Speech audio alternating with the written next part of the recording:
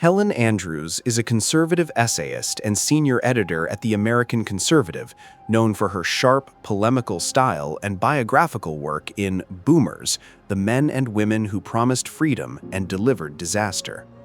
The controversy around the Great Feminization stems from its core thesis that a childless, professional elite, driven by a maternal impulse untethered from actual family, has successfully pathologized traditional masculine virtues, courage, meritocracy, resilience, as toxic, imposing a culture of safetyism, bureaucratic morality, and emotional fragility that weakens civilizational vigor.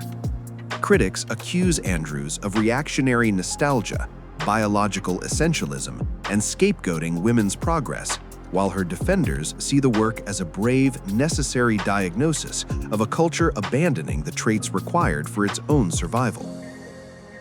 Helen Andrews argues that since the 1960s, American society, and by extension much of the West, has undergone a feminization.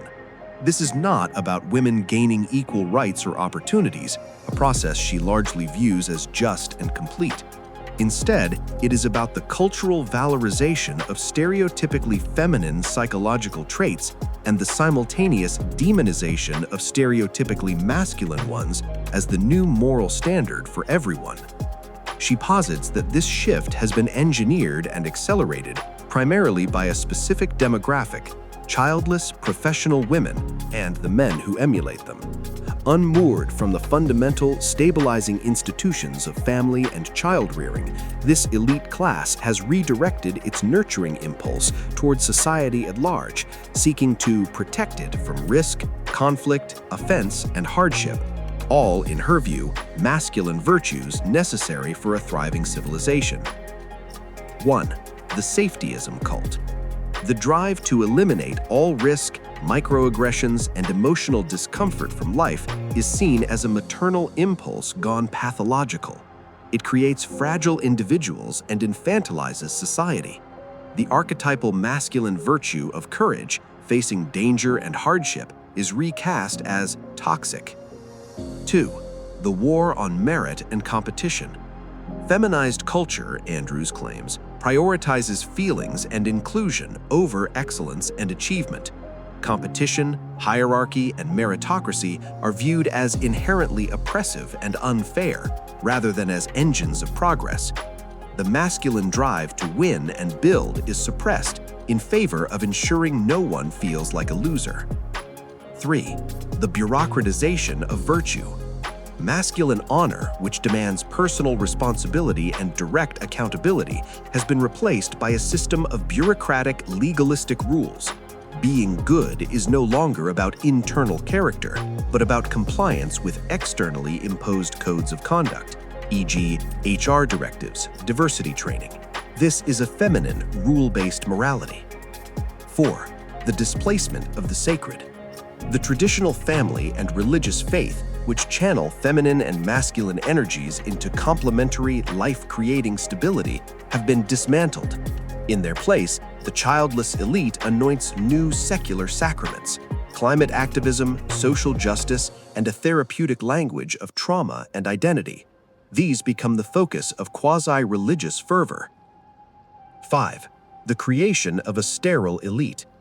Andrews's most biting critique reserves for the ruling class, the gentry, who are professionally successful but biologically and culturally barren. They manage society, but have no personal stake in its long-term future, no children to inherit it. Their policies, therefore, are abstract, risk-averse, and often hostile to the family formation of the working and middle classes. The Great Feminization, in Andrews' view, has produced a society that is more anxious, less dynamic, more regulated, less free, more focused on emotional validation, and less capable of defending itself or facing hard truths. It is a society losing the virtues necessary for its own survival, championed by an elite that is, in a biological and cultural sense, checking out of the human project. Crucial distinction. Andrews is careful to state this is not an attack on women, but on a feminized ideology adopted by both men and women.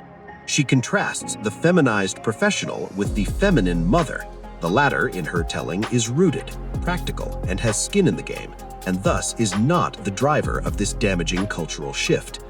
The book forces a reader to confront questions largely forbidden in polite discourse.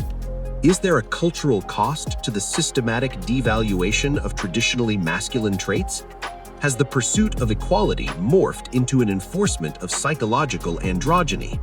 Does a ruling class that increasingly forgoes family life have a fundamentally different and perhaps detrimental vision for society's future? Are safety and inclusion always the highest virtues, or can an excess of them become civilizational vulnerabilities? Andrews offers no moderate solutions. Her work is a stark, unforgiving alarm bell, claiming that a culture that pathologizes its own foundational energies is a culture in the process of civilizational suicide. To engage with it honestly is to grapple with its unsettling diagnosis, regardless of whether one accepts its prescription.